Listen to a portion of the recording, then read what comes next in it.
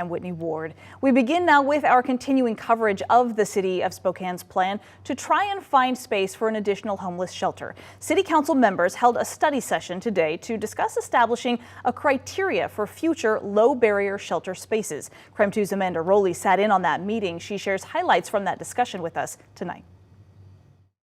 This proposed shelter criteria is the brainchild of Spokane City Council President Brian Beggs and Councilmember Lori Kinnear following testimony from Monday night's City Council meeting. Now, the criteria includes 6 elements which are subject to change after this afternoon's discussion. According to the draft version of this resolution, this is the proposed criteria for future low-barrier shelter spaces in Spokane. It includes limiting the daily shelter bed space to 120, but allow for surge space during extreme weather events.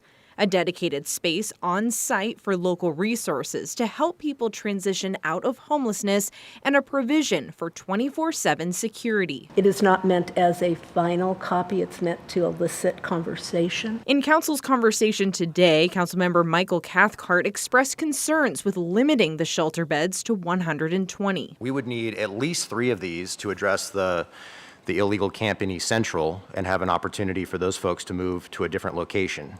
I don't know where you're going to find 3 shelters in the next few weeks.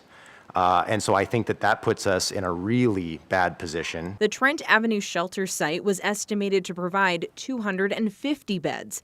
Cathcart believes that site could address the need for housing for those staying at Camp Hope.